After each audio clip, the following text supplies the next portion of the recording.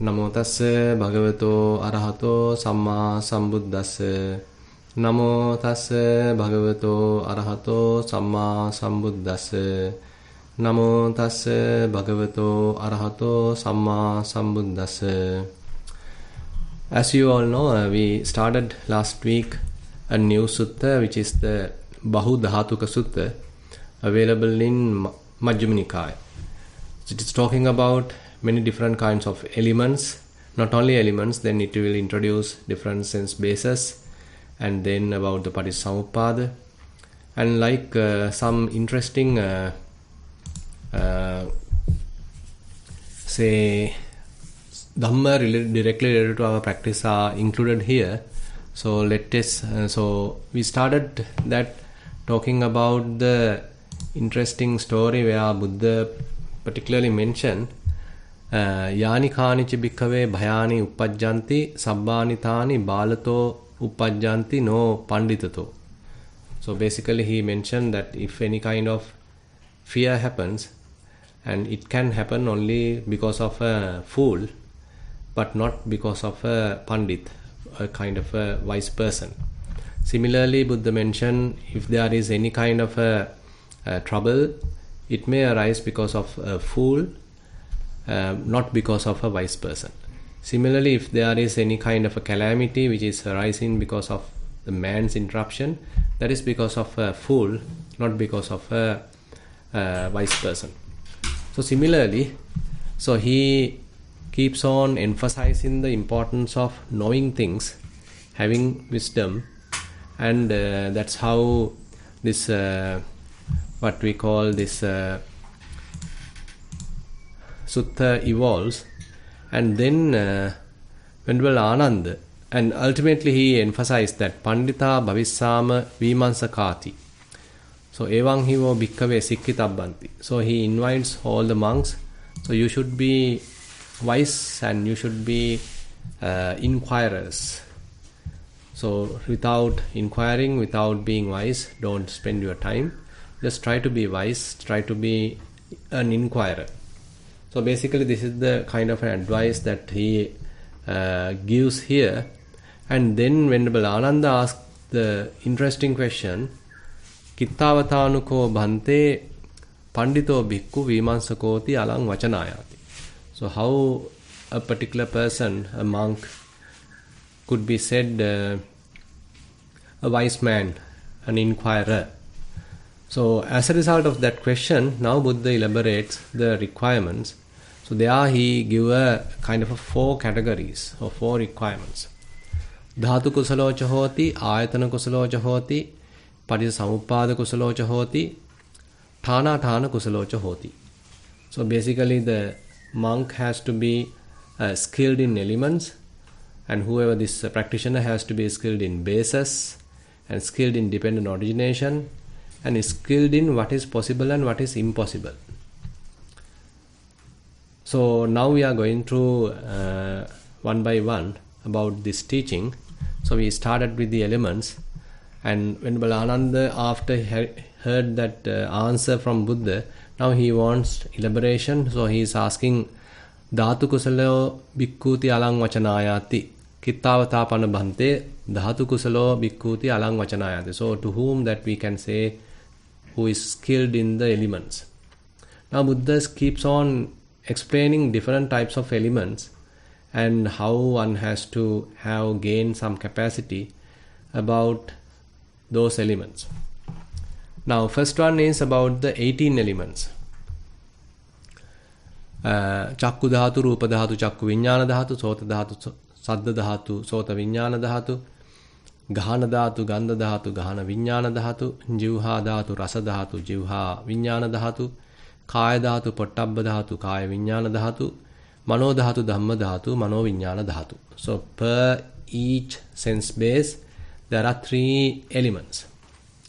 The internal sense base also considered as an element, external sense base considered as an element, and combining of that, there is a possibility to arise the corresponding consciousness that is also considered as an element. So altogether there are 18 elements.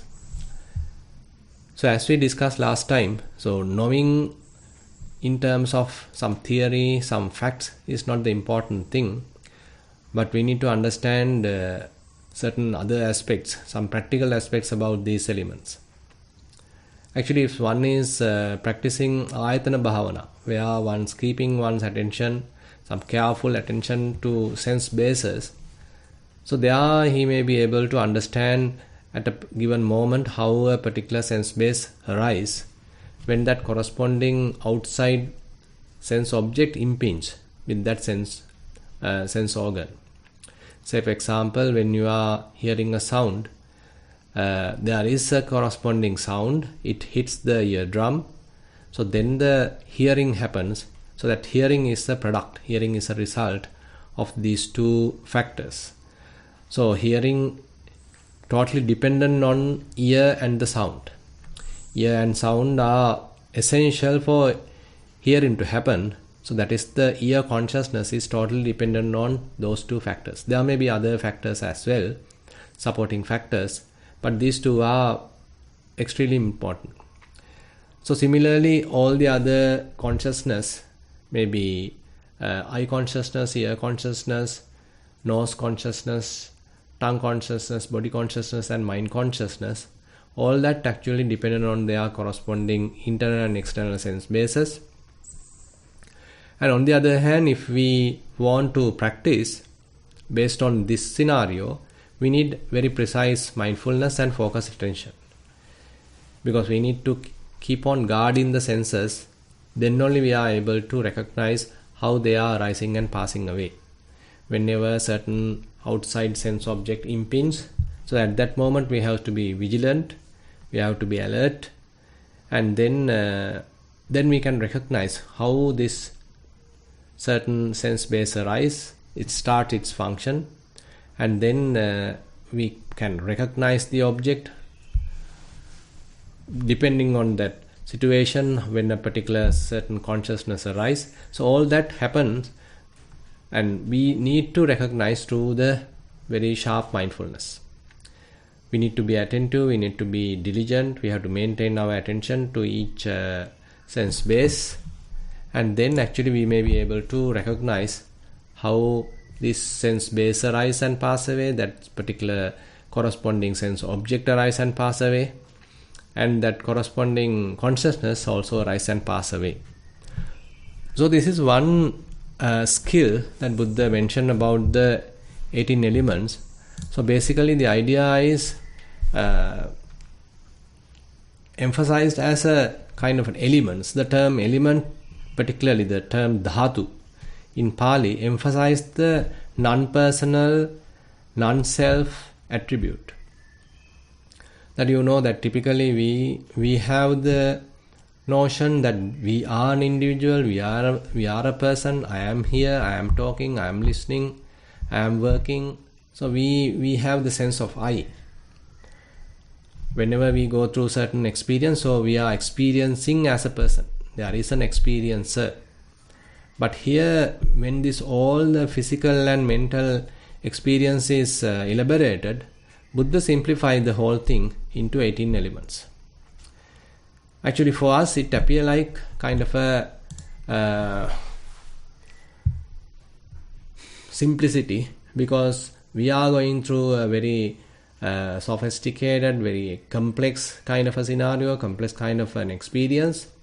But Buddha drills down everything to 18 elements, either physical, either mental.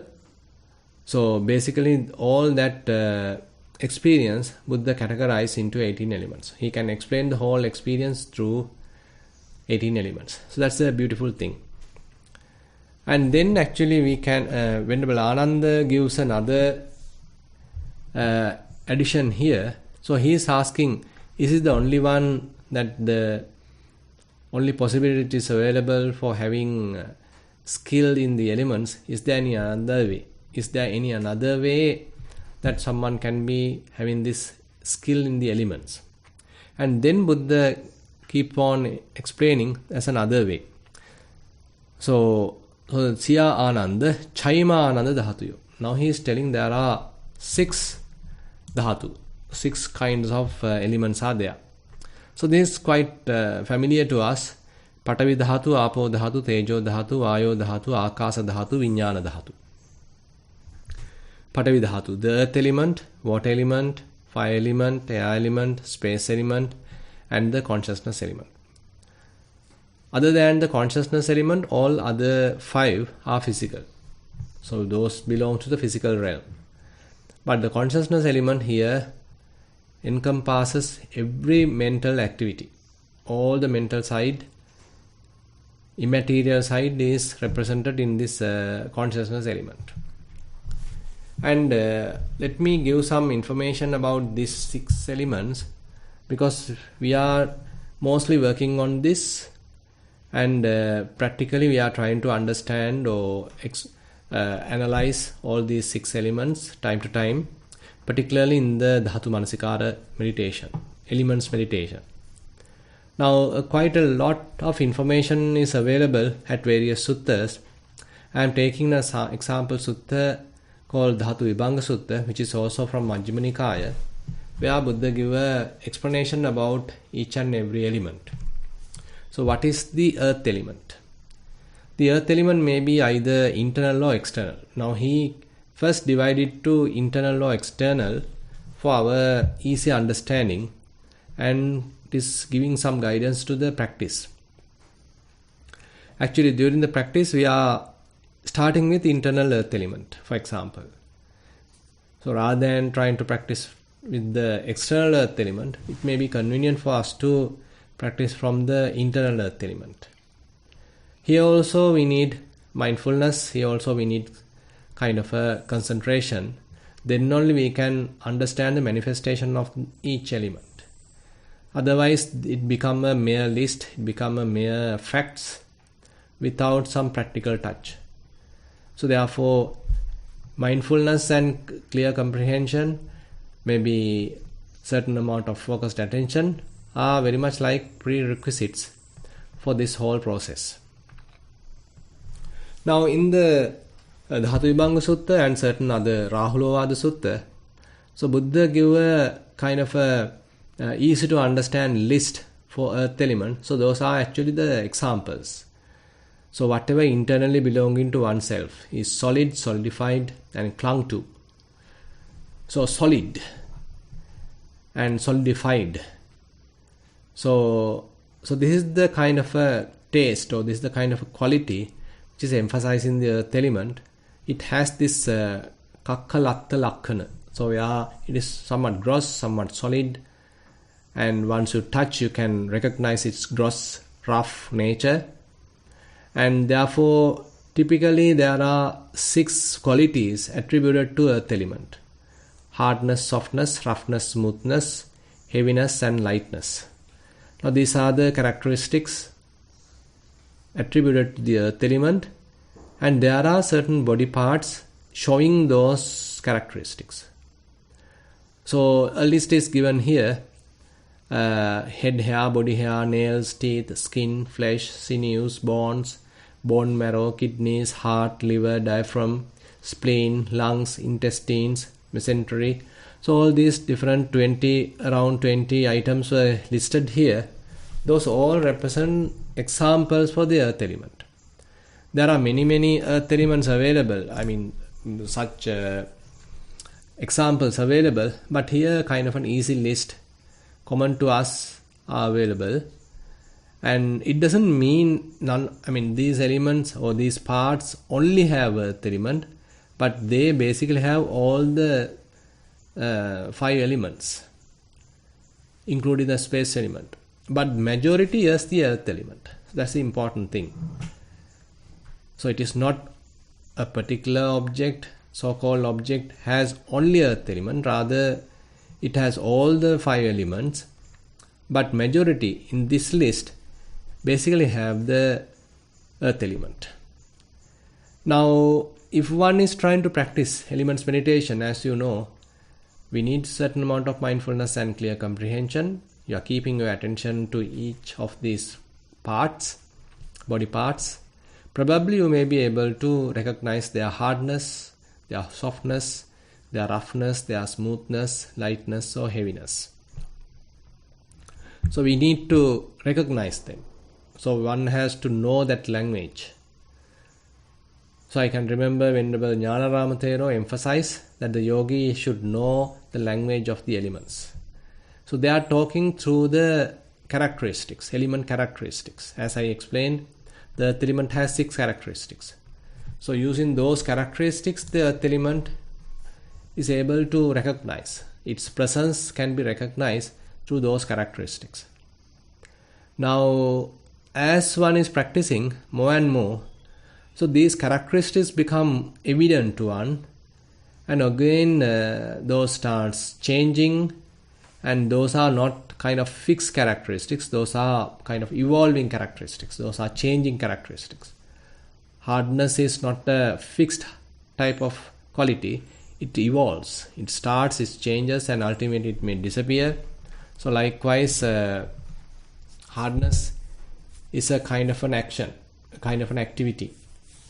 Similarly, the softness, roughness, smoothness, heaviness, lightness, all are activities we are talking. Those are not particles as such, but they are in constant change, completely dynamic.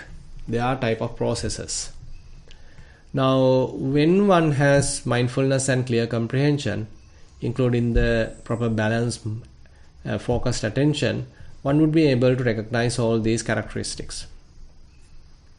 Now, as one practices using one's own body, recognizing different characteristics, element characteristics, so basically one's understanding is not limited to the internal body parts, but one may inferentially apply it to outside as well.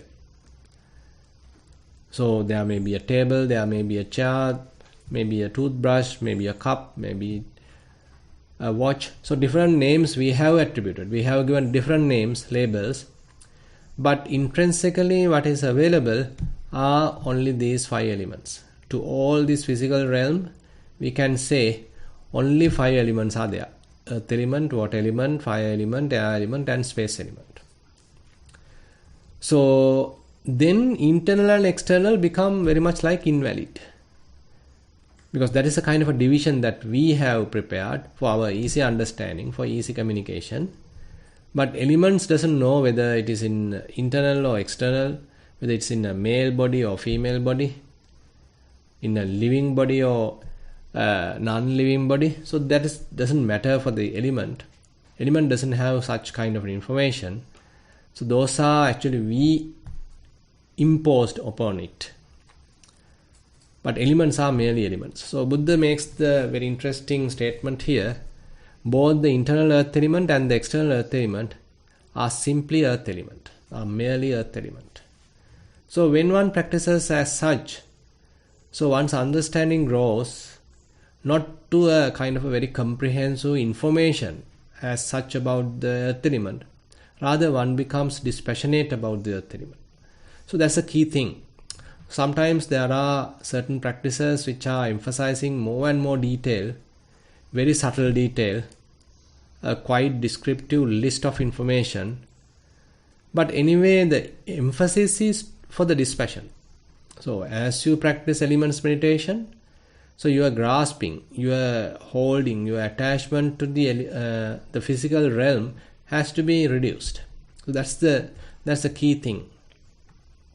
It is not that we are trying to go through a very sophisticated physical experiment like the biologists or physicians, where they want to recognize certain parts, certain particles, maybe atomic particles, nuclear information, molecular information. So that is not the approach of a yogi. That may be the scientific approach from the scientific point of view that the scientists are looking for. But the yogis are from a different mentality. They too do a very scientific experiment, but the result is the dispassion. Result is disenchantment. They understand their vulnerability, their weak, transient nature. So ultimately they become dispassionate about this physical realm. That's the important thing. So therefore, to what extent that you need information about these elements, so it depends. So it is necessary to look at them properly through mindfulness and clear comprehension. More you understand, more should be the dispassion. More you understand, more should be the disenchantment. So that's the important thing. So that is also highlighted here in the Dhatu Vibhanga Sutta. So basically, and that should be seen as it actually is with proper wisdom. This is not mine, this is I am not, this is not myself. One further understand, as one is again and again observing their manifestation, one would understand, so these are not belongs to me, they don't operate according to my wishes. They don't behave as I want. So likewise, so the understanding, the elements meditation provides that understanding regarding the non-self. Ultimately, one becomes dispassionate. When one sees it thus as it actually is with proper wisdom, one becomes disenchanted with the earth element and makes the mind dispassionate towards the earth element. So this is the outcome. So you can see the approach is quite different from a scientist, from today modern scientist to the practitioner. Both are doing type of an experiment. Scientists may be doing with some sophisticated tools, some physical man-made tools, but the yogi is doing with mindfulness, clear comprehension, proper kind of balanced effort and the focused attention. And those are his tools, and the outcomes are quite different. Scientists may be very much interested finding his own findings and publishing a research paper, earning some money and adding his name and being popular and mastering certain subject and maybe earning more and more reputation. So that may be the attitude, or that may be the wish, ambition of a certain scientist. But the proper attitude of a yogi has to be quite different. Why he is doing this experiment is not for any reputation or any kind of very comprehensive analysis of this very subtle phenomena. Rather, his analysis, his investigation ultimately has to lead towards a disenchantment. So that's very clearly emphasized in this Dhatu Vibhanga Sutta when Buddha is explaining about these elements. So more one understands the earth element, he becomes dispassionate about the earth element, disenchanted about the earth element. So similar explanation given related to the other elements.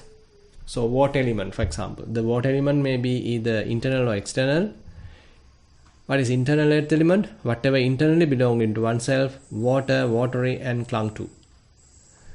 Now Buddha also starts with some mundane words which are easy to understand, and he's saying, okay, this belongs to you. So you as an individual, you may start the practice.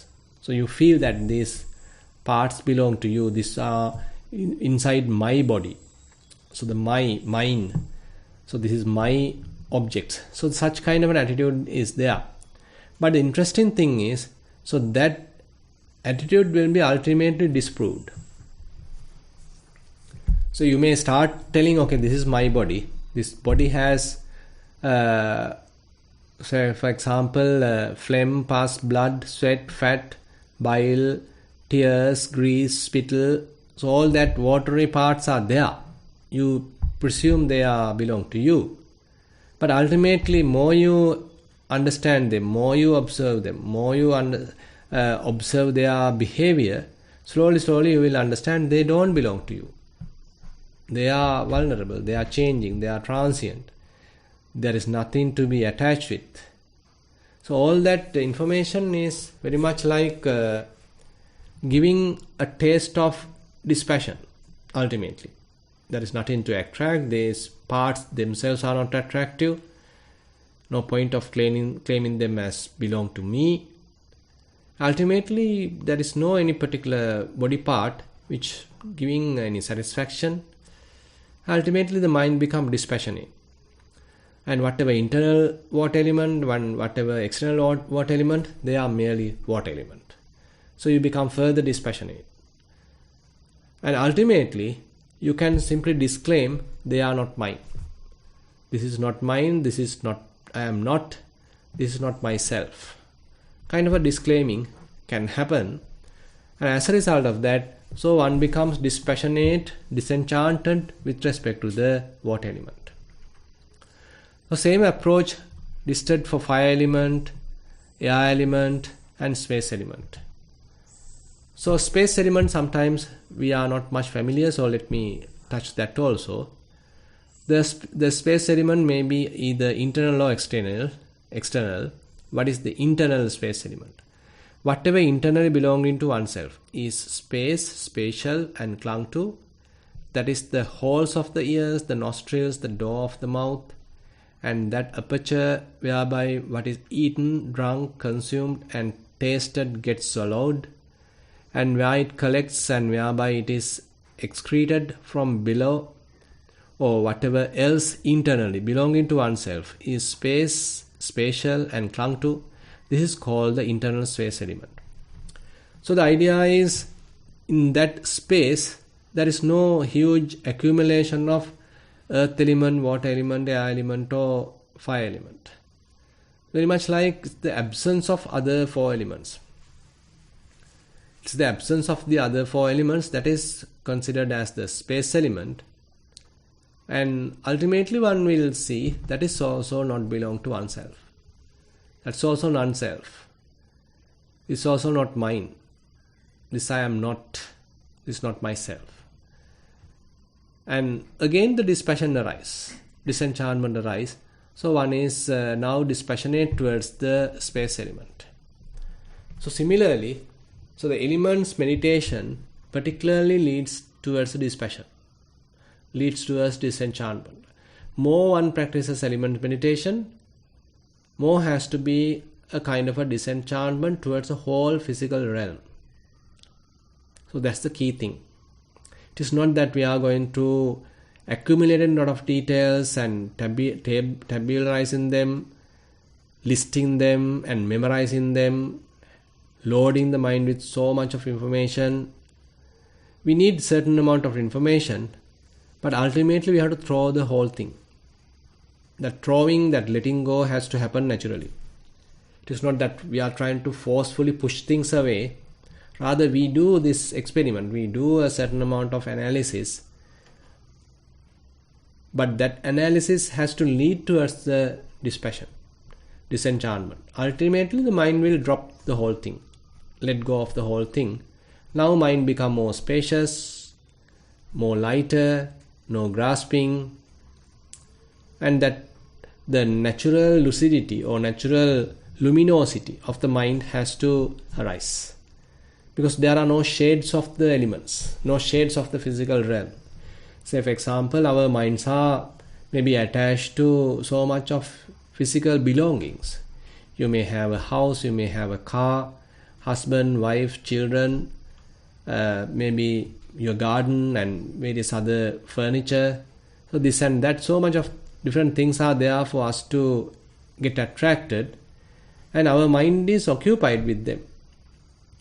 Whenever you start seeing your mind, various thoughts related to those objects again and again appear in your mind, and various say mental images of those objects, which are kind of extracts taken from those objects, are again and again appear in your mind. So those are the signs, those are the perceptions. But as we practice, all that has to be reduced. So mind has to become more and more clear, more and more purified, less burdened, and fairly spacious, because the signs, images taken from the physical objects are less interfering now. They are not interfering in the mind, they are not occupying the mind. Rather, mind become dispassionate towards them. So mind is now capable of keeping them away. Mind is more lighter now. It is more independent now.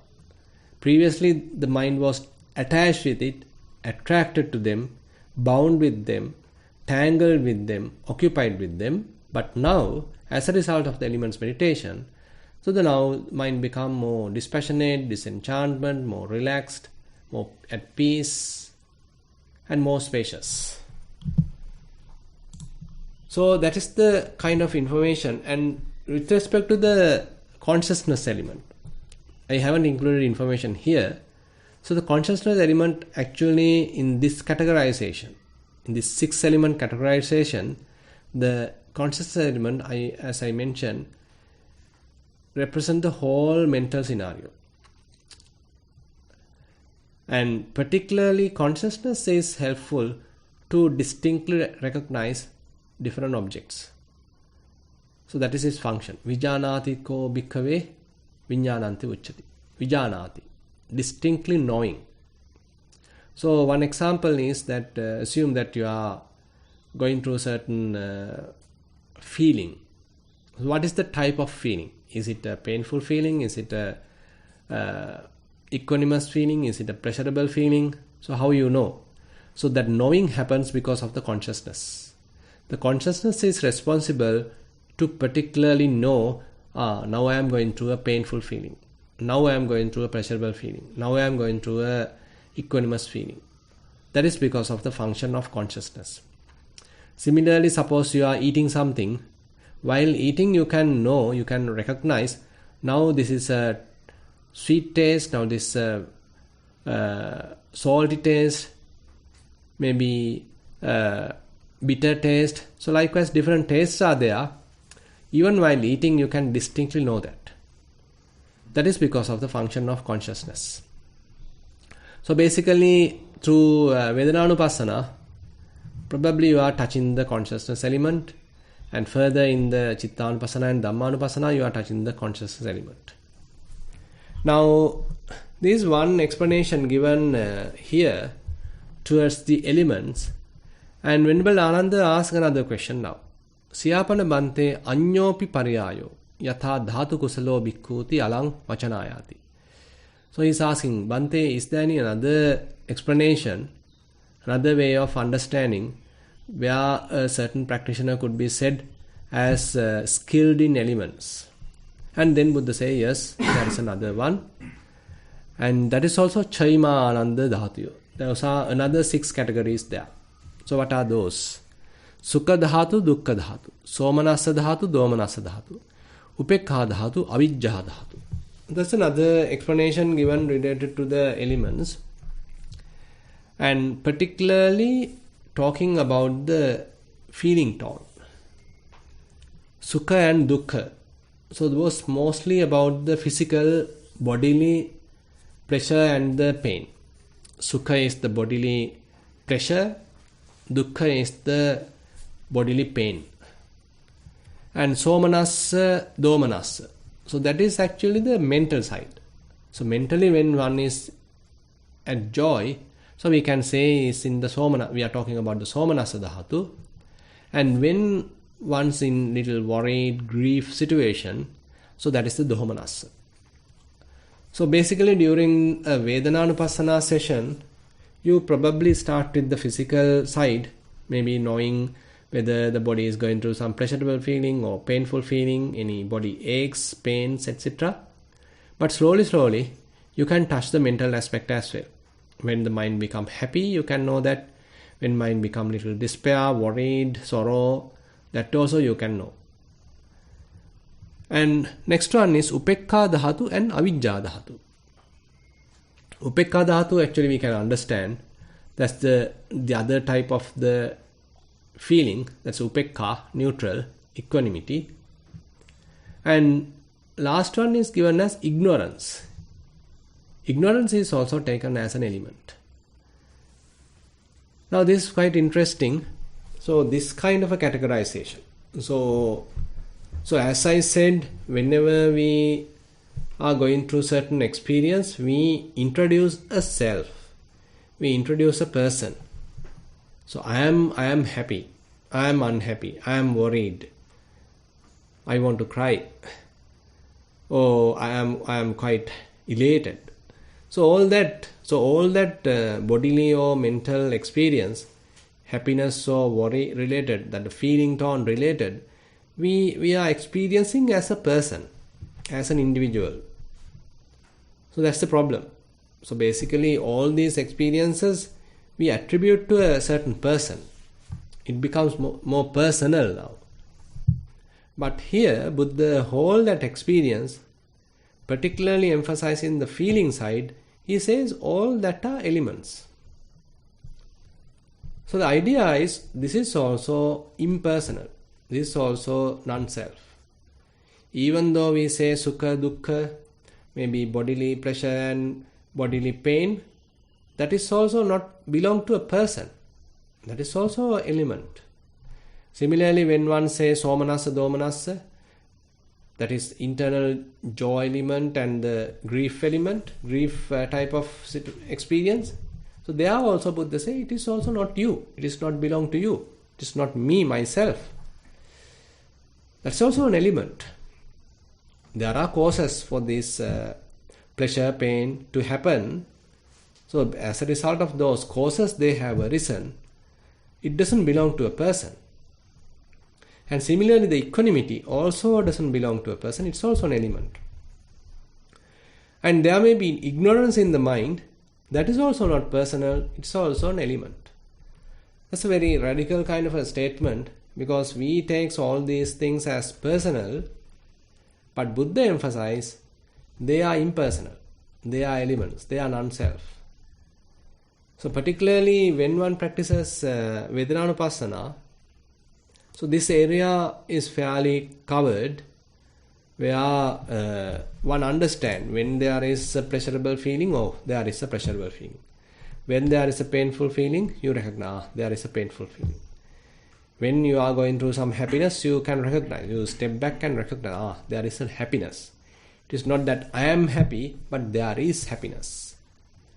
Similarly, when there is a worry, it is not that I am worried, but there is a worry. There is little sorrow appearing in the mind. Say there is a frustration. Oh, there is a little frustration. There is a little grief. So you are now looking at them objectively. That's the most important thing. That's the whole practice in Satipatthana.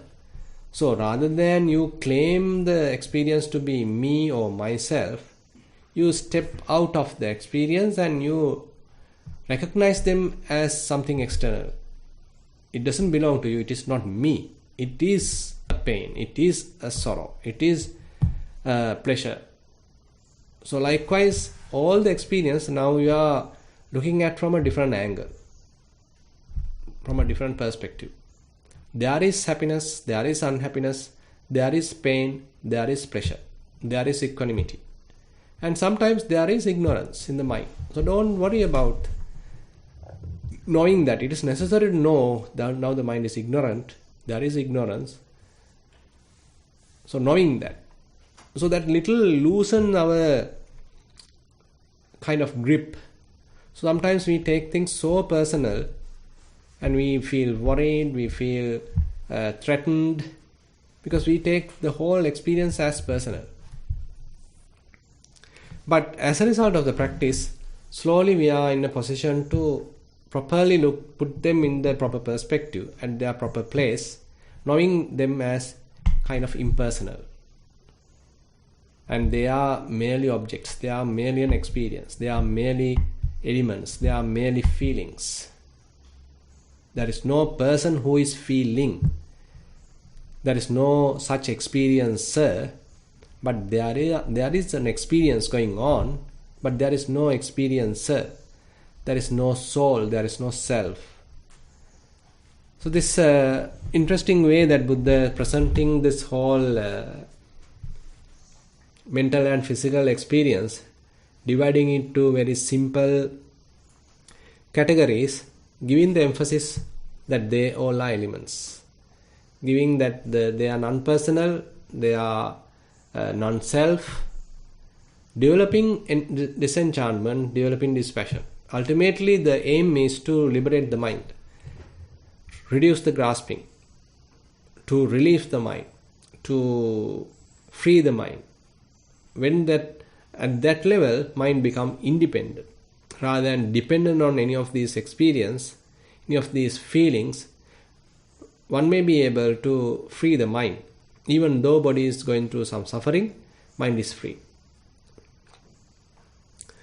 So with that note, I like to conclude today's Sutta teaching session. There are some more to discuss. And now I like to open the session for questions. Thank you, Bante. Sadhu, sadhu, sadhu. What happened to you, Jennifer? I don't know. I logged in and I was like, nobody is on, and I waited for like 10 minutes and still nobody was on.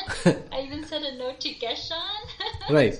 But I don't know what happened. Yeah. So but here I am. Yes. Good. Welcome. We were mentioned that actually once we tried to log in, it is mentioning that the host has joined and progressing with another meeting. Oh. Yeah, probably you might have touched a different or wrong place. A different meeting code. Yeah, exactly. Maybe. Well, that will explain why. Yes. There was no one in my meeting. Oh gosh, sorry about that. Yeah, if anyone has any questions, feel free to raise your hand. Anything? You have anything? Okay, nothing from our side. Okay, Rupika, feel free to unmute.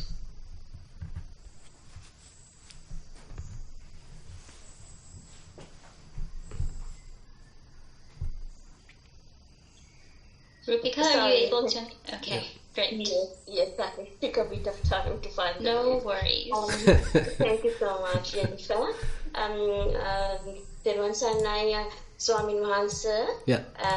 Much gratitude for your teachings every day, which I follow. I have a question, two questions, not two questions as such, but I'd like to get your guidance. One, I like to clarify. I was listening to your talk on the Poya Day last Thursday, and my experience was, I'll tell you my experience first, because I am not sure. You mentioned that I'll tell my experience. I don't know how to, my experience is now, because I have gone through Chittanupassana very much. I have a lot of kind of, when I'm actually meditating on not doing anything important, by myself especially, I feel a lot of emptiness. And I feel like I love to go into kind of meditation. And if I'm looking at anything, or I can be in a space where there is nothing, because I feel my mind is empty. Because why I feel that way is, I feel that everything is sankata, that mind made. So my mind is kind of empty, and automatically when I'm in that kind of, I'm very well aware, I'm not asleep, not sloth and torpor, I'm very much in the present moment, looking at, it's kind of empty and it's nice, but then I also go into seeing the breath, because it's so silent. I think what you meant that time, that's why I want to clarify in your talk, is you go back to samadhi. But in my case, what I felt was I go back to samadhi, but I'm not in that samadhi mode of taking a nimitta in the breath going in and out. I feel like because I'm more present, I can feel and I can see the trilakshana, that rather than going into deep samatha meditation. But of course in a samatha, in a way, because I'm not looking at any other thing, if you know what I mean. I don't know whether I'm explaining well.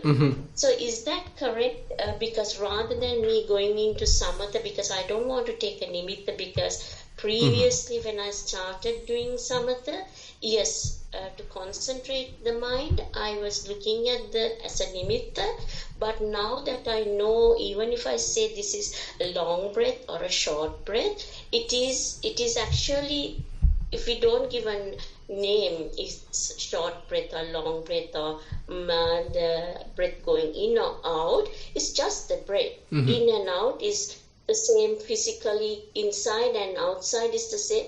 I don't know whether I can express it very well, because now I got to your point. I got to your point.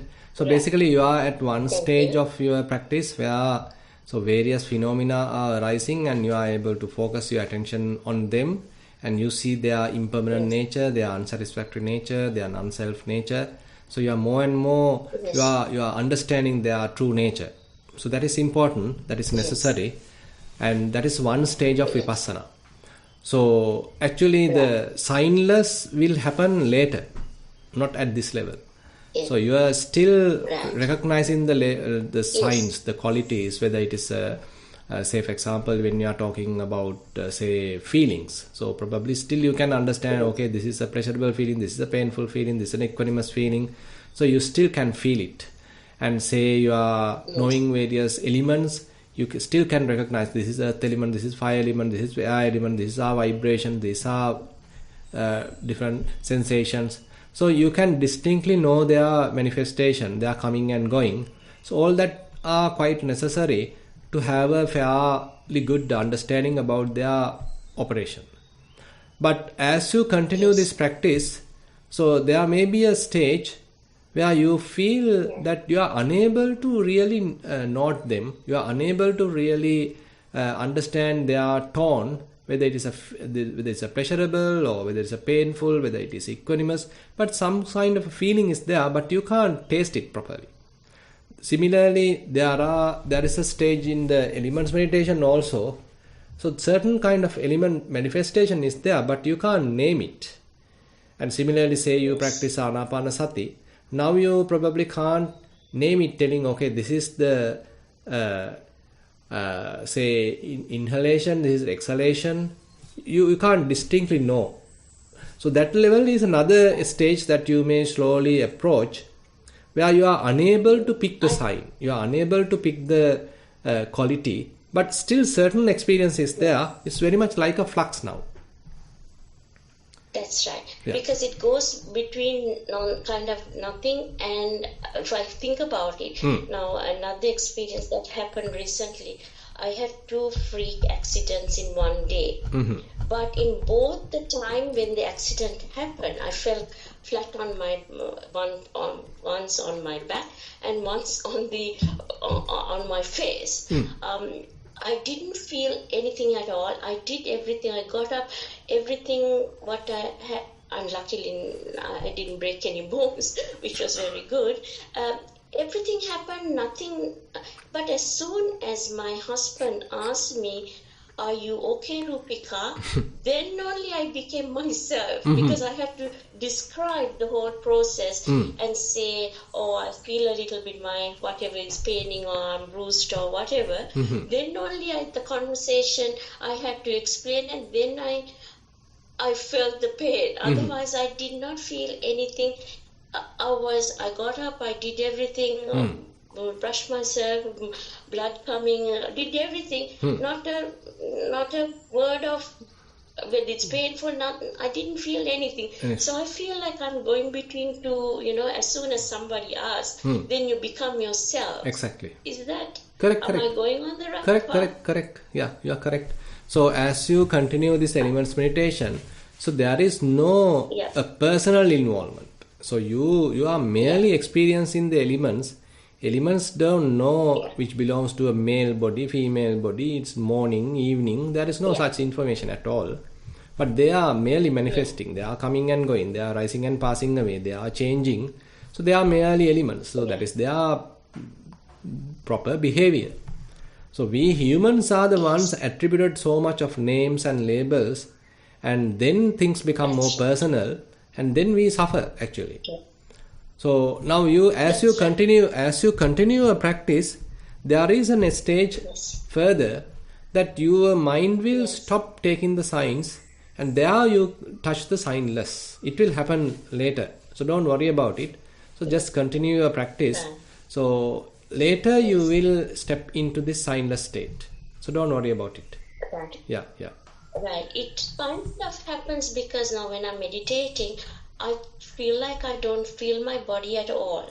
Good. Because it's like if I think about it, then I know this is my right leg or this is my left leg. Yeah. But if I'm not thinking, I don't know whether it's the right left or the left leg or if it's the hand or the body. It's like you have the car. Car is another object, but when you put the key and inject, start the car, then only the start to move, kind of, isn't it? Otherwise, it's another blob of something, some metal blob of object. Yes. So it's like that when I'm always by myself, I feel only the consciousness. I don't feel the body. Because of the consciousness, I can see an object and I saw, but that also I don't make a story out of it. It's beautiful or not, even the sound. But as soon as I have to answer somebody or tell something to somebody, then I have to be me, and then I have all these interpretation of the way I feel. I like this, so I don't want to go now, or it's raining and it's not a good time, or whatever. Yeah. So that's why. So as now you are correct. Yeah. Now you are able to trace the arising of I. So previously we are a person. We experience the whole thing being a person. So it becomes more personal and we suffer. But now as a result of the practice, and we have stepped into another level. Okay, there is an impersonal experience going on, and I am not suffering at all. But time to time, the sense of I arises, the personality arises, a person appears, and then the self appears. So time to time it happens because of our ignorance. Still, sometimes we become ignorant, and how this personal experience is now appearing. So you need to notice it, and what you are doing is quite correct. Recognize how this I-making happens, mind-making happens, how this comparison happens. So as Buddha mentioned, ahankara, mamankara, mananusaya. Ahankara, so I-making happens. Mamankara, so I start having kind of a possessive attitude towards something. It is mine, it's myself, it is my car, it is my pain. So that mind-making happens. And sometimes we compare ourselves with another person. I am better than him, I am equal to him, I am inferior to him. So always when I am working with some others, I am dealing with others, moving with others, we tend to compare, and that also produces a sense of I. So likewise, so you need to constantly recognize this I-making, mind-making, that the self-building and all that, confirming a self, and through thinking also we are trying to confirm existing self. All that ignorant activities we need to properly notice, and then without promoting it, slowly abandon them. Yeah, because I think I have told, because of the past experience of the realization that I had that there is nothing through my Chittanupassana meditation over the several years. Now, actually, it just comes to my mind. Previously, when I started a long time ago, when doing the Chittanupassana, one of my favorite sutras was the Rahulavada Sutra. There is no self. If if it's impermanent, it's dukkha. If it's dukkha, there's no self. That when I started off, it was just merely thinking on that. Understood. Yeah. And I used to forget, But because of the realization, now it comes to my mind, and then thinking or anything, I just don't need to do it because I know this is just mind making. Correct. But still, I find, because we have to deal with day to day. I have to speak with my husband. I have to go to the shop and deal.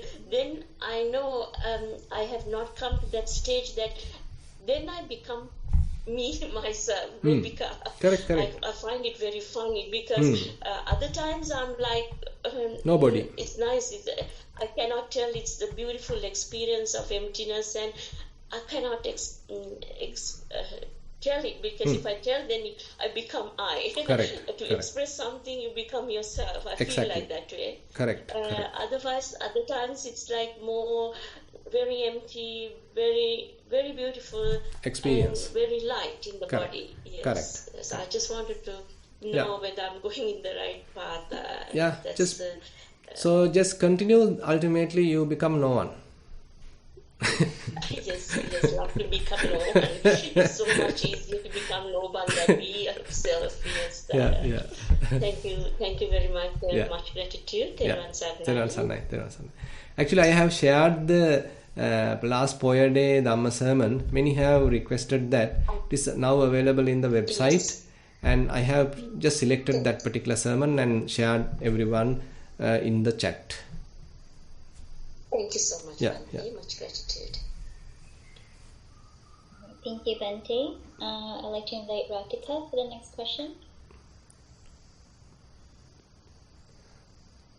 Thank you, Jennifer. Can you hear me? Yes. Bhante, if I'm seated meditating and my breath is very, very subtle, and then I feel that it's like either equanimous or dukkha like neutral. Yes. Then sometimes I am thinking maybe I am in ignorance because I'm drowsed. I don't have this in between. I am drowsy. You don't need. I don't have a feeling that I'm falling asleep and now I could be asleep, but I know that it is adukkama sukha or equanimous because there is no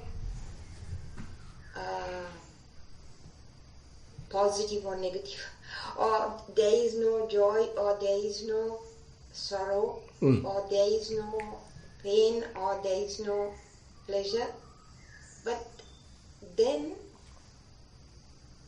next moment there is nothing, or I don't know what there is. Yeah, you don't need to. So you don't. Maybe that I have fallen asleep, or I thought maybe there is ignorance there because it's neither neutral nor because when I know it is, I'm saying it's neutral because the others are not there. But then I don't know anything. So are you sleeping? It's so sudden. Are you sleeping? The thing is, now I'm not doing it like before. I was doing too long, but I'm not doing like that. So I don't think I'm. No, when you are going through that experience, are you sure that you are not sleeping? No, I'm not sure. I don't know what it is, so I must. That's what you need to verify. That's what you need to verify again and again. Now you do the practice again and again, and just before you experience this kind of a vague area, try to maintain some unbroken mindfulness, very precise mindfulness, very careful attention, and see what is happening.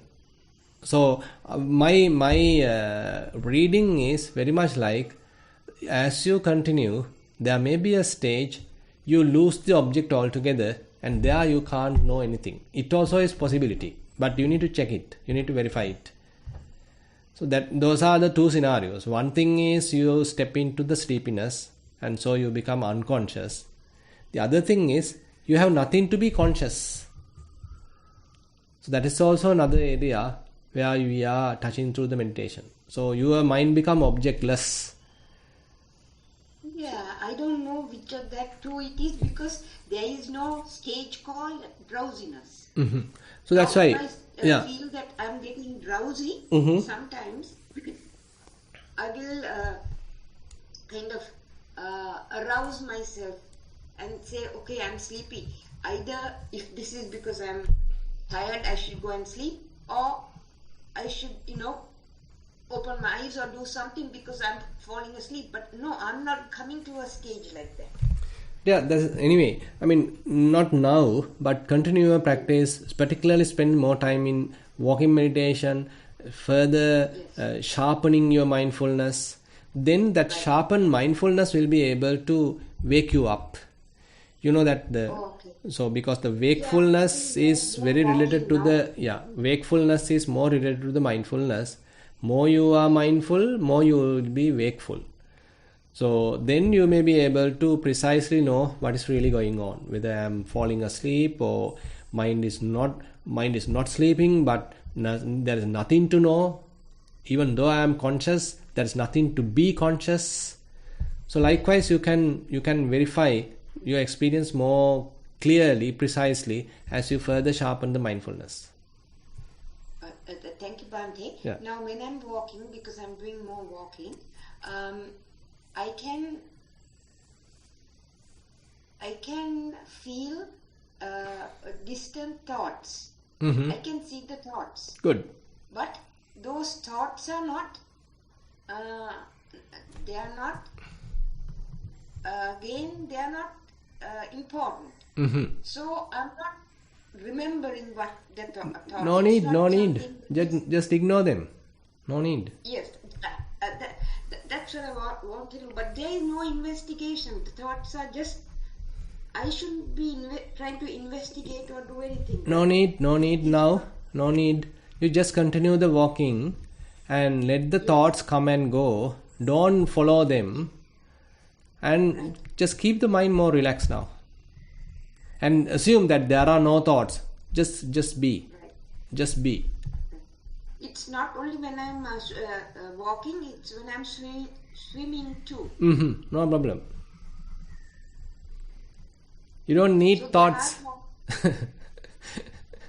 During the swimming, you don't need thoughts. Like you don't need clothes. That's the thing. Sometimes I think I have to do this because I hear a Dhamma talk. I think, I should be doing this. Sometimes I think, if I just swim, enjoy the swimming. I know there are thoughts, but they're coming and going, and I'm not. After the swim, I don't know what I was thinking. So basically, I should let it happen automatically like that. Right? Okay, that's better. I mean, you don't need to forcefully abandon thoughts. Now let them come and go, but it doesn't stay in your mind. You're not encouraging them. No, it doesn't stay in my mind. That's right. So keep the mind more and more relaxed. Remember what it is if it stays, I'll remember what it is. Correct. Okay, thank you very much, Bhante. Yeah. Thero Saranai. Yeah, Thero Saranai. Okay, thank you. I'd like to invite, I think this is Geshan. No, John Hale. Mindful Family. That I don't know, Yeah. I like to invite John Hale, by the way. Yes, yes. John is next and I can go next. Because he's our good friend. You don't know about him, right, Jennifer? No, I don't. John, can you hear us? John, are you able to unmute?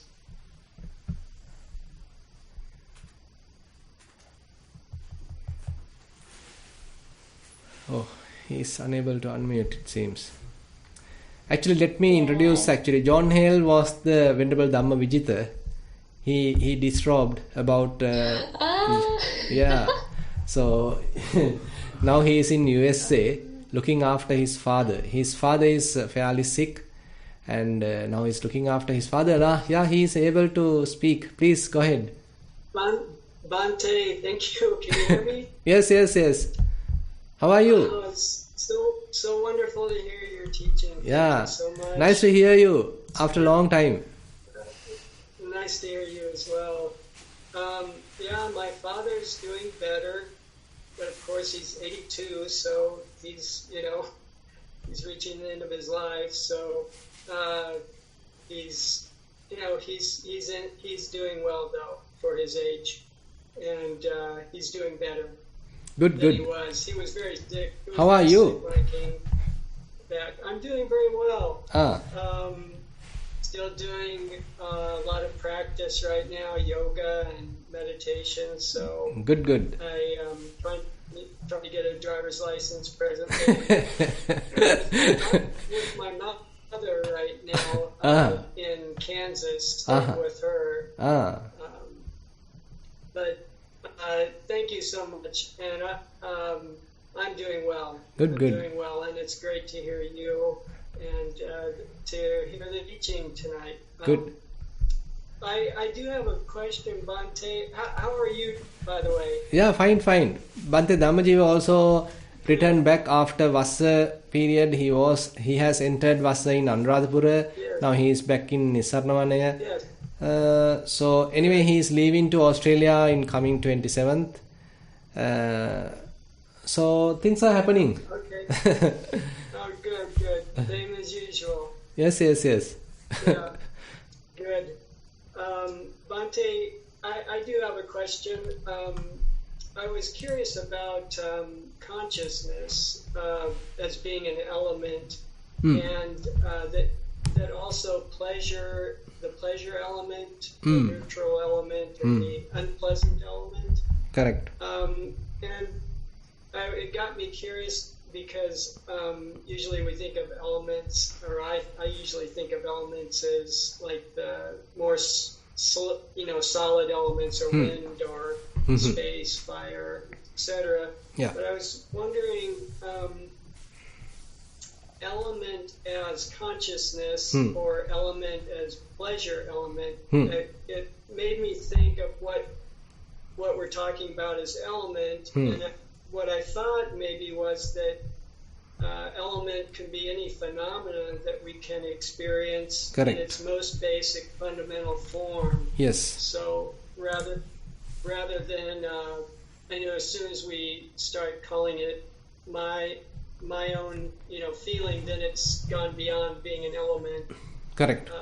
Is this and also I was wondering what other ways could we have elements with the consciousness rather than there's pleasure, neutral, or unpleasant? Are there other sorts of consciousness elements?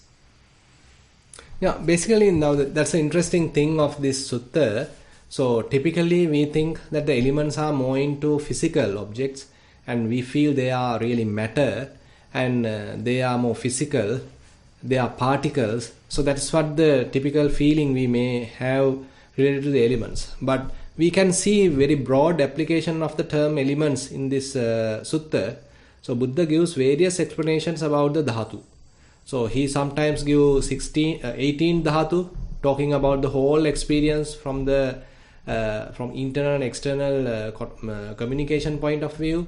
So we are always dealing with the outside world using our sense bases, and accordingly we come to different consciousness. All that he introduced as elements. And then what we have discussed today, the 6 elements, the physical realm with 5 elements, and the whole mental realm using 1 consciousness element. That is another explanation. And then as we discussed today, the sukha, dukkha, somanassa, domanassa, those are related more into the experience, the feeling tone side. That is also he is introducing as elements. And later in the coming week we can discuss about the thought side, even the thoughts. Say kama dhatu, nekkamma dhatu, vyapada dhatu, avyapada dhatu, vihinsa dhatu, avinsa dhatu. So those are actually coming under the thoughts realm, thinking realm. Different thoughts are happening. Say you may have the sensual desire, you have the renunciation, you have ill will, you have non-ill will, you have cruelty, you have non-cruelty. That is also Buddha explained as elements. So that's an interesting area. So where the elements, the term element emphasize the non-self attribute. There is no soul here, there is no any intrinsic particle here, there is no self here. All these experience we can tell as kind of elements. So therefore Buddha not only used the term elements only to the physical realm, but he has used that to the mental realm as well. Maybe even to the thoughts, maybe to the feelings, even to the consciousness level, even to the physical realm, to the Patavi, Apo, Tejo, Vayo space. So everywhere he used the term elements just to mainly to emphasize that non-self. No, there is no self here, but the continuation is there. But that the experience can happen, a certain activity can happen, but there is no person's involvement. There is no creature being involved. There is no God involved. There is no person involved, but a certain activity is happening. A certain process is happening. Therefore, it's a non-personal element type of a thing. Yeah, thank you so much. It's so wonderful. Yep. To think of it that way, and the thinking as well being an element, as you will see next week, I guess. Yes. So, Yeah. Thanks so much, Bhante. Yeah, you're welcome. Sadhu. Teruvan Sannai. Teruvan Sannai. Okay, thank you. And glad to hear, John, you're doing well. So with your family. Okay, next. Thank you very much. Yeah, of course. Next, I'd like to invite Geshan for our next question. Thank you, Jennifer. So I'm so happy to hear John's voice as well. About exactly a year ago, I think I met John at Nissarana. Yes. I hope you can remember as well. Now you can meet him after some time, maybe. Yes, I had to share my contact information with John. Nice to hear you, Geshan. Yes, please do.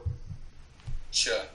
And so Bhante and John, thank you for asking the question, because there is a profound answer which I got as well. One of the questions what I had of these 6 aspects, each of them has, if it is the I, the subject of a rupa, and then the rupa vijnana, the I consciousness, all 3 come together. So 3 times 6 becomes that 18, and on that 18, the mind made the matters, which was that question. And I was wondering, where are those 4 known elements, what we are used to, which is the fire element, the hard, the liquid, and the air elements comes together. I think I found the answer to that as well, which I always wonder, there are times that I get certain type of emotions, and now I know those also are pertaining to the mind factors of those elements as well. So I think that is a really good question. On the Dhatu Vibhanga Sutra, Swami Vansa, this basically talks in detail, and my question was basically the same on the mind matter. I think what I sort of understood from your answer is the questions that John also asked had the similar kind of thing, and I think that was the answer, I think, what you gave. So I sort of understood. I think maybe next couple of days you will, or next couple of weeks you will talk about this more into details. That's what I'm hearing. Yes.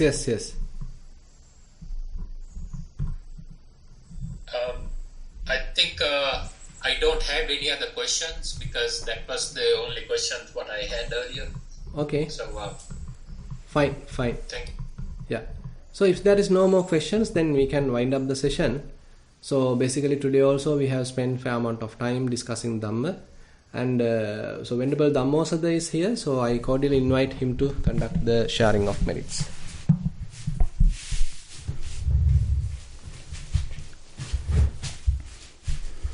Asai Swamin Wahanse. Thank you for the teaching today. And may our relatives and all deities partake of the merits accrued from today's teaching. May all celestial beings protect the Dhamma exposition and the Buddha dispensation for a long time. And may the seeds of Dhamma that we have received today grow, producing path, fruition, and Nibbana. Now let us recite the traditional Pali verses for the sharing of merits. Ittavata chammehi sambatam punya sampadang sambe deva anumodantu samba sampatti siddhya. Ittavata chammehi sambatam punya sampadang sambe bhuta anumodantu samba sampatti siddhya.